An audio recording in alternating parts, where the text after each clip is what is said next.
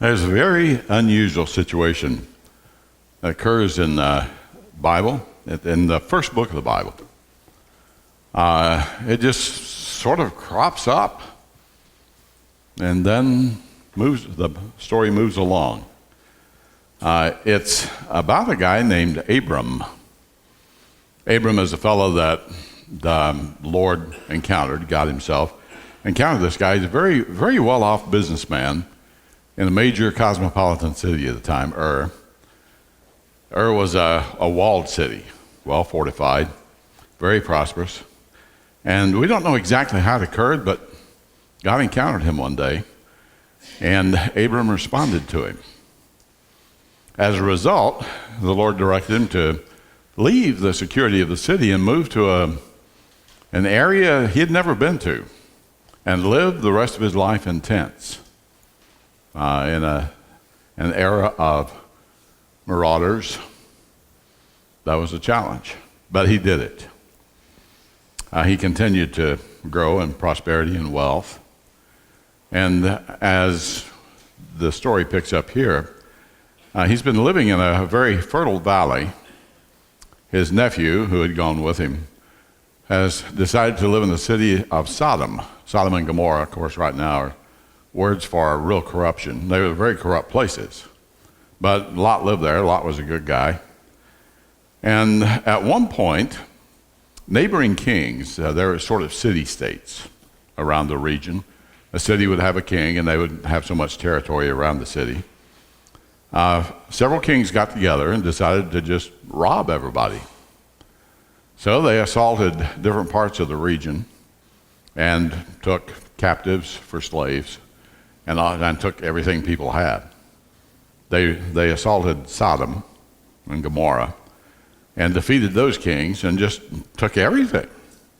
Took all kinds of people's families to be their slaves. And had moved on. Abram finds out his nephew Lot has been taken captive. So he goes after him. Abram has about 385 guys who know what to do with the sword. So he takes his little army and goes after this coalition of kings. And they actually defeat them. God gives them into his hands. So he takes everything that they took, possessions and people, and brings them back. As he passes one city, this happens. Then Melchizedek, king of Salem, Salem means peace, probably the name of the city here, brought out bread and wine. He was a priest of God Most High. That's very unusual. Priests are not mentioned until this point, at least of God. And he blessed Abram, saying, "Blessed be Abram by God Most High, creator of heaven and earth. And blessed be God Most High, who delivered your enemies into your hand." Then, this is the strange thing, then Abram gave him a tenth of everything. That's strange. A tenth of everything. Why? Why did he give him anything first?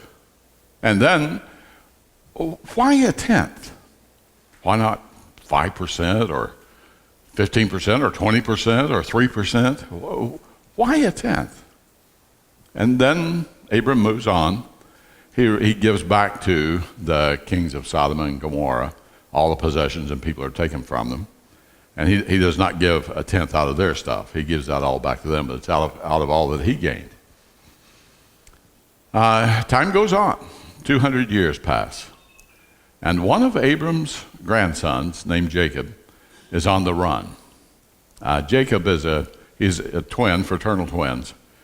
His brother's a big hairy guy, a man's man. Jacob was he didn't have much hair. He sort of hung around the tents. The brother became a hunter. Jacob became a trickster. His name means supplanter or trickster. And he actually did his brother out of all the brother's inheritance rights. So the brother wanted to kill him. Right now, as the story picks up, he's on the run for his life. And he spends the night just out in the open, and there's a rock there he lays his head on. for a pillow because he ran for his life. In the night, he has a dream about angels going up and down this stair to God. And he realizes God's very aware of him, and God must be present here. So the next day, he tries to get God on his side. He knows about God from his grandfather, Abraham, and his dad. And he tries to get God on his side. Jacob made a vow saying, if God will be with me and will watch over me on this journey I'm taking, he's trying to get him on his side, if he will, and will give me food to eat and clothes to wear so that I may safely return to my father's house one day, not anytime soon. I'll be able to come back. Then the Lord will be my God, and of all that you give me, I will give you a tenth. How did he come up with a tenth? Why didn't he say, 5%, 15%, 20%, 3%, 4%? Why a tenth? It's very interesting because this is the only two times these things are mentioned until the people of God pull together as a nation and make a covenant with God. Why? First of all, why give? Well, that's obvious, I guess. He wants the favor of God on him. But why a tenth? Why is it the same figure that Abraham used? If you have a church background, you may have heard the word tithe before. Tithe is Anglo-Saxon. It means a tenth. And you may associate that with the practice of ancient Israel. Whenever they came out of Egypt, they'd gone in as a large family. They came out a nation of people, about 1.5 million, 2 million, left Egypt under Moses' leadership. And they met God in the desert at a mountain where God's fire appeared. And they made a covenant with God that he would be their God, they would be his people and walk in his ways. A part of the covenant, part of the requirements, was a tenth of their increase. Whatever increase they had, a tenth went to God. Now, you may associate that idea of the tenth with that action of Abraham and Jacob, but you have to understand, Abraham and Jacob are a long time before this. If we say in 2018, if we were God, or we were God's people, making a covenant with God, now, in 2018, then Jacob would be, the distance back would be like Shakespeare. It would be back in Shakespeare's time. That's when that occurred. That's a long time from now. Abraham, well, if you look back to where he was, he would be like Robin Hood 700 years ago, 500 years ago, 700 years ago.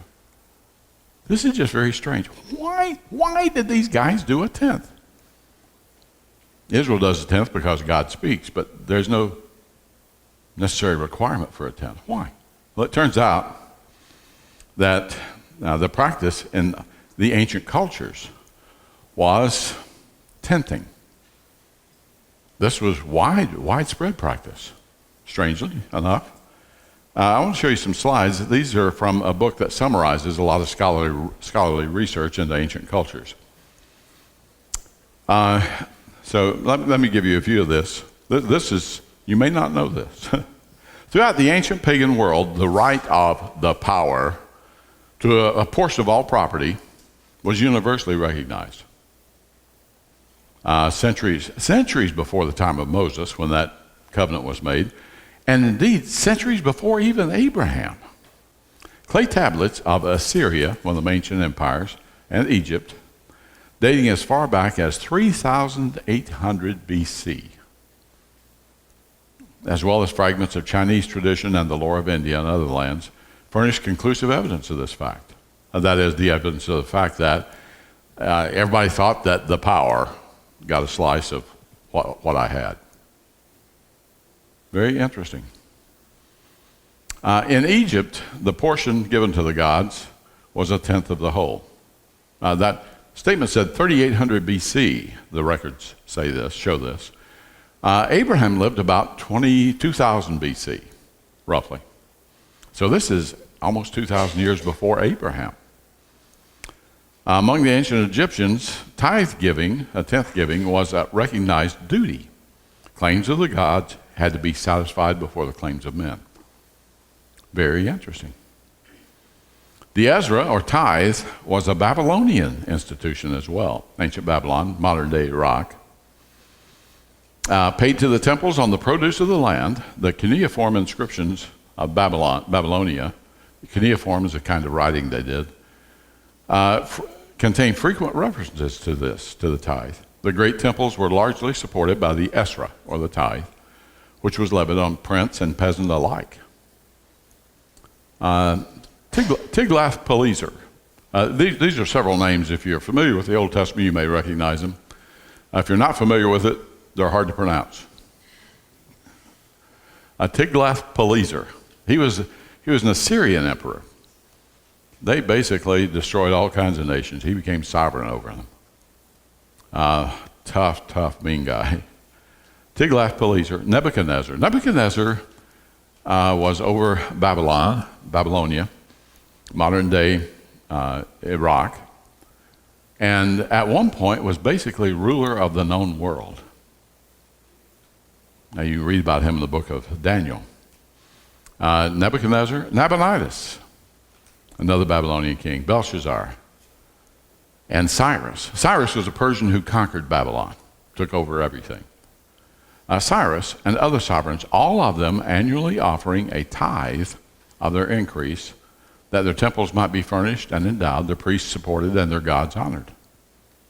Tithe giving was practiced among the ancient Greeks. Roman farmers paid a tithe of the first fruits of the ground. This is very interesting. Whenever Abraham meets the priest of God, he doesn't make up a tenth. This is just what you do if you honor your God. Whenever Jacob is on the run and he wants to get God on his side, he offers a tenth because that shows genuine respect. Very interesting. You know, since it's not mentioned in the Bible, you sort of read these two instances, you go, where did that come from? It actually came from general broad understanding. So, why was it a tenth? Why did everybody give a tenth? Why not 5%? Or 20%? Why a tenth? Scholars have really studied this and debated it, and you know what the answer is? We don't know.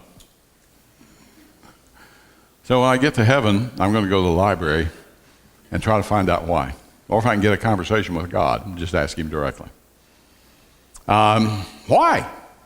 Well, a lot of people speculate that actually from the beginning, this was God's thought and really affected Cain and Abel's sacrifice, so it's not said specifically. There's an idea that Christianity sort of emerged gradually from pagan religions into this high Christian ideal by a sort of kind of religious evolution. But that's not what the Bible says. The Bible says we started off with a very clear idea of God, and it deteriorated as we rebelled against him and became different religions. So maybe that's true. Maybe God originally, that was a part of his thought. We just don't know. However, it is very obvious that that's the pattern of every place.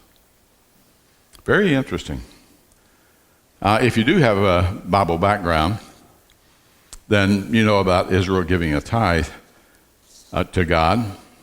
The interesting thing, though, is that they didn't give one tithe, they gave 3.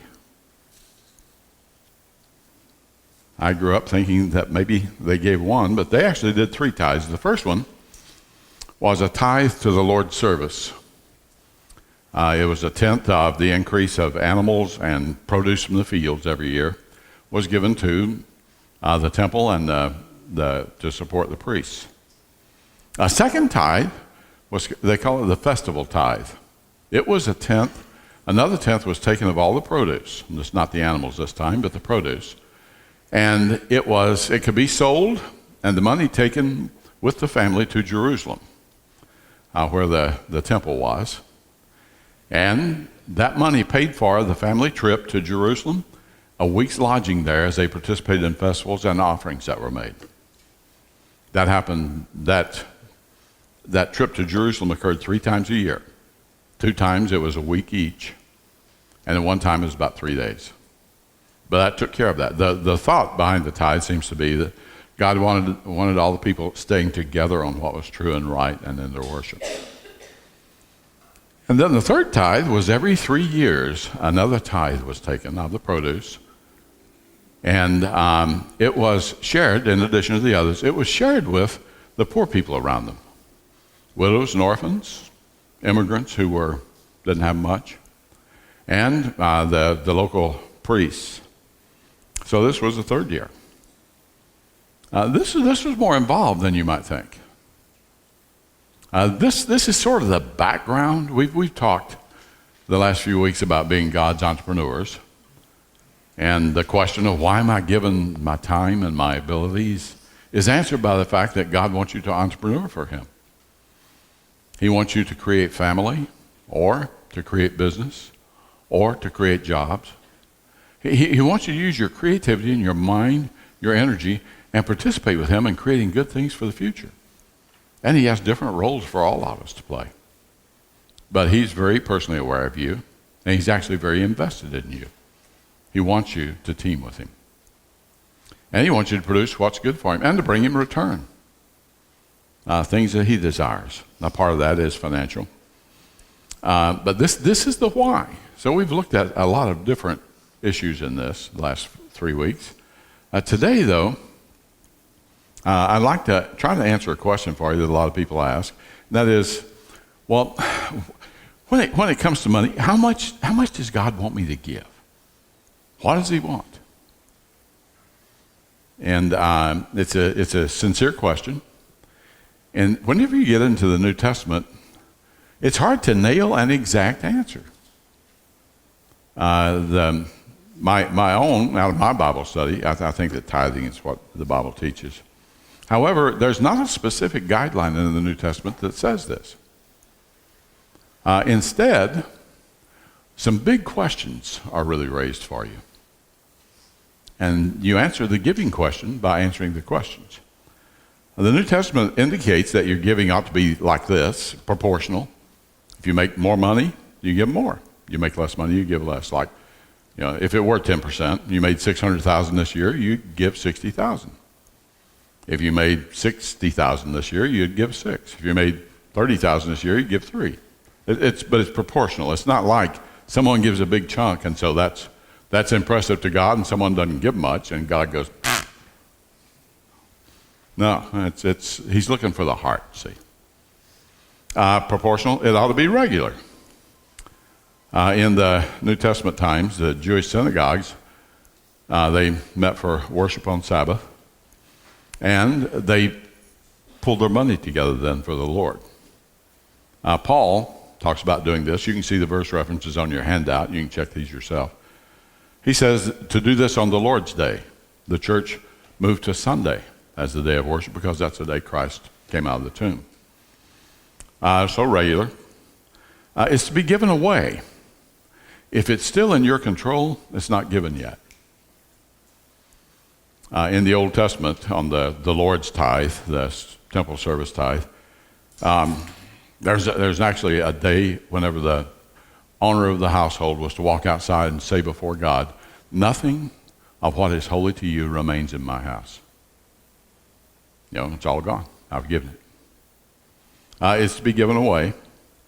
It's to provide income for church staff. This is very clear in the New Testament. It also is to reflect your gratitude to God. We give because we're grateful. God's done good for us. So it reflects your gratitude.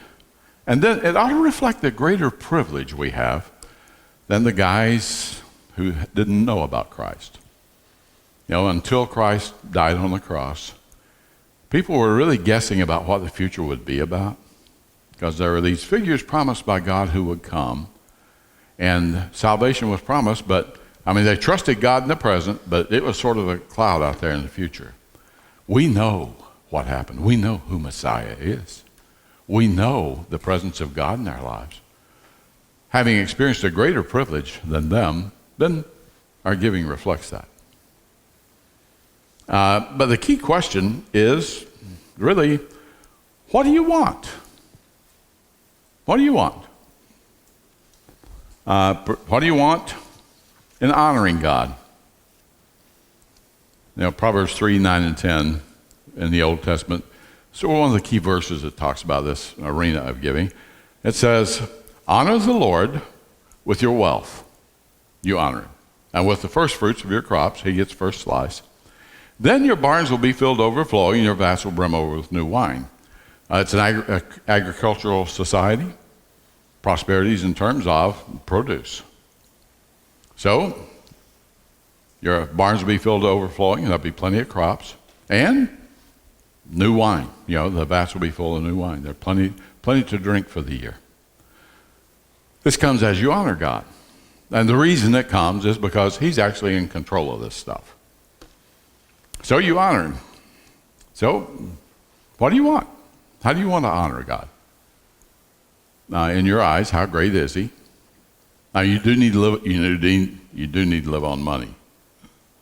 So, what do you give? It's a matter actually between you and God. What do you want in seeing God work through you? Now, God actually, you're his entrepreneur. He's going to work through you. So, what do you want? On the back of your handout is 2 Corinthians 9, 6 through 11. It's one of the key passages in the New Testament on giving.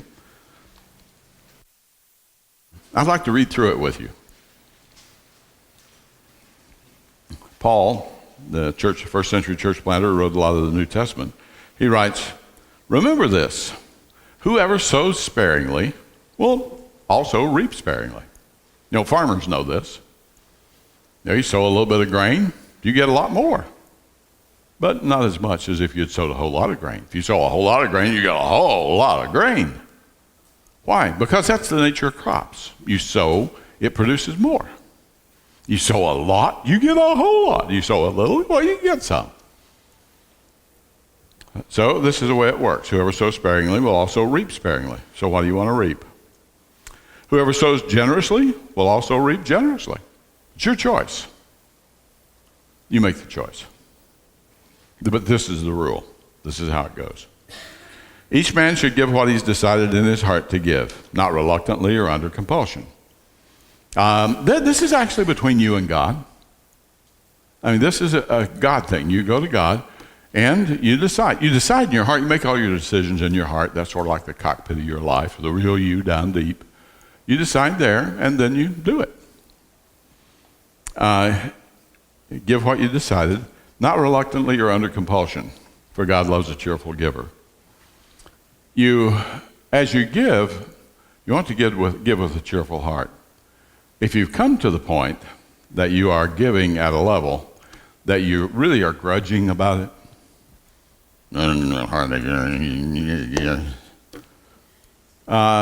you need to back up. You need to give at the point you're grateful and cheerful. God loves a cheerful giver. Whenever the grudging money comes in, the Lord looks at it and goes, because he loves a cheerful heart. He's looking for the heart. It may be that no matter what you give, you grudge over it. You need change. But it's really between you and God, and it has to do with a cheerful heart. Here's the next verse. And God is able to make all grace abound to you. Jacob was trying to get God on his side, get God to favor him. Well, that's what grace is. It's God's favor. God is able to make all grace abound to you, all favor abound, be plenty of it, so that in all things, at all times, having all that you need, you will abound in every good work. In all things, that's all arenas of life. And at all times, that's, as time moves forward, having all that you need, you'll have what you need. You will. You'll abound in every good work. That is, good stuff will be happening through you. It'll be good. The Lord's able to make all grace abound to you so that all this will happen. As it is written, he has scattered abroad his gifts to the poor, his righteousness endures forever. This is not talking about God, actually. When you look at the Old Testament, it's a statement about the people who walk with God giving. Since they have, then the grace of God abounds. And Paul goes back again to the sowing. Now, he who supplies seed to the sower and bread for food will also supply and increase your store of seed. He supplies seed to the sower. That is, you have to sow seed if you're going to get a crop. God's the one who supplies the seed for sowing. And, of course, he's also the one who supplies the crop that comes. And bread for food. Sometimes we have the idea, we make money and we give God some of it. But it's a tough life and we have to really slave at it and make stuff happen. And we do. Now, you have to exert yourself. However, God is the one who brings things to harvest. He brings things to pass. We tend to think about water cycles and crop cycles and the weather and climate as we think about, grain growing and stuff.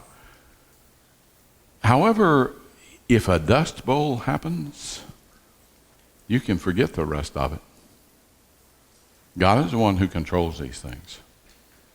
And, this country learned a huge lesson in the Dust Bowl era in the 1900s. He's the one who supplies seed to the sower and bread for food. He will also supply and increase your store of seed. Your store of seed. You sow seed in the ground, you put it in the ground, so you don't have it. However, when the harvest comes in, there's plenty more seed. He will supply and increase your store of seed and will enlarge the harvest of your righteousness. What he's saying is, as you do the sowing and the return comes, one of the things that's going to happen is because you've done what's right, all kinds of things will be happening through you and through what you've done. You will be made rich in every way. Wow. You mean Bill Gates is going to envy me? No. The thought in the Greek language right here is there will be abundance. There'll be plenty. But you'll be made rich in every way so that you can be generous on every occasion. More comes so I can do more sowing. And more comes so I can do more sowing. You can be generous on every occasion. And through your generosity, through us, your generosity will result in thanksgiving to God. Through us, your generosity will result in thanksgiving. Friend, if you contribute to the ministry, you're working through those who work out of that money. If you give to Hope, then everything I do, you have a part of. Everything the staff does, you have a part of. Ben and Matt were on the mission trip. All the Antioch students paid their own ways. They had to raise their own money. But they were on the mission trip, and you were with them leading teams in Germany. Your body was here. Physically, you're here, but spiritually, you're with them.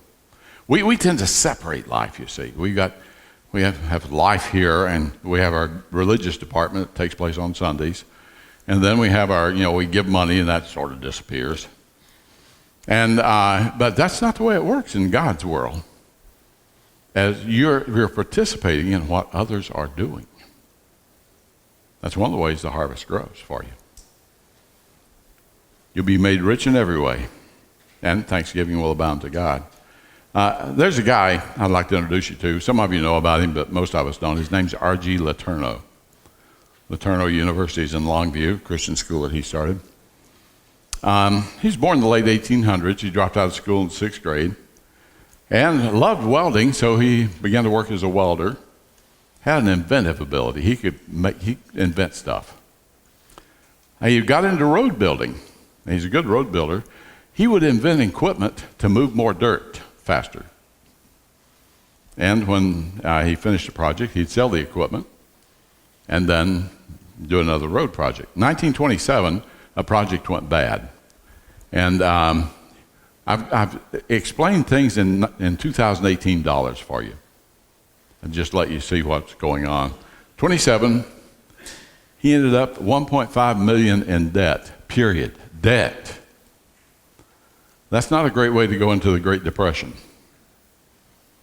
The lenders put some controllers in his company, and he had gone behind on his giving. So he wrote what today would be a $70,000 check, and the lenders just about had a heart attack as that money went to the work of God rather than to the lenders. He persuaded them to hang with him. 29, the Great Depression began, him way in the hole with a family. 1932, something happened after that money was given. A friend said to him, you know, you've been building roads all these years and you keep inventing equipment to move more and more dirt. Why don't you just start manufacturing equipment? People love to buy it. They always scoop it up. So he thought about it, prayed over it, and he decided he would start. So while the rest of the nation is in the pit during the Great Depression, 1932, his income was $740,000. 1934, 15 million. Wow. In 1938, 24 million. But in 1935, his wife talked to him. She said, you know, God's meeting our needs. We're out of debt. He's meeting our needs. I think we need to give 90% and live on 10. He said, I think you're right. So from that point, for the next 40-some years, they lived on 10%, gave 90%. Through them, just incredible things happened through what they were able to fund. Amazing story. Now you might think, well, if I was making $24 million a year, I could live on 10% too. Well, I've never seen that kind of money myself. I live at a very different level. But what's going on here is not the money, it's the heart. It's the heart. You'd like to be in his kind of place where you're making that kind of money. I heard a friend who had a lot of money years ago said God doesn't let that happen to most people because if they made that kind of money, they would twist off. I thought, well, that's why I haven't made that kind of money. God knows what's good for me. However, God's looking for the heart. And that's what he really desires. Your harvest can grow, friend. Your harvest can grow. The last question is, what do you want in return from God? It's a good question. Luke 6:37, Jesus says, give and it'll be given to you. Good measure, pressed down, shaken together, running over, be poured into your lap. The idea is you got a robe on, you hold it out, and they dump all this grain back in your lap. For with the measure you use, it'll be measured to you. Now you give a teaspoonful, you'll get back a heaping teaspoon. You give a tablespoonful, you'll get back a heaping tablespoon. You give a bucketful, what comes back is a heaping bucket. That's a whole lot of teaspoons. You give a pickup truckload, what comes back is a pickup truck just way down to capacity. But here's how it works. You don't give a teaspoon and get a pickup truckload. The same measure that you use is the way it'll be measured back to you. So the question is, what kind of return do you want? A.J. Gordon is a man, really respected man, started one of the major seminaries in the U.S. He said this, if any Christian who has not tried it will make the experiment, he's talking about tithing, giving a tenth, conscientiously follow it through to the end in prosperity and adversity. He's saying and adversity because as soon as you commit to do something like this, trouble starts. But you get to see God deal with it. You'll go through good times. You also go through difficult times. You have to stick through to the end. We predict for him two surprises. First, he'll be astonished at the increased amount he's enabled by this method to give to the Lord. And secondly, he'll be astonished at the increased spiritual and temporal prosperity the Lord will give him. That's true. It is not only temporal prosperity, it's spiritual. The way God works in all our lives. We see segmented lives. For him, it's one life. He works in your relationships. He works in your own emotional health. He works in jobs. And he works over time. The prosperity goes across the board. It's more than just money. So, as we wrap up, what do you want? I'd like to challenge you to take a stand through the end of January. If you've never given to the Lord, start giving.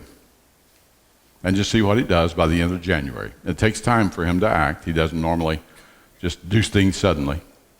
Give him time to give and see what he does. If you have given, begin to give regularly. Give on a regular basis. See what he does. If you've been a regular giver, give a tithe. Give a tenth. That actually it requires some courage because you're now really up against the wall, and who do you trust? What do you trust? But I'd encourage you to take the step and make it work through the end of January and see what God does. If he doesn't come through, then back off.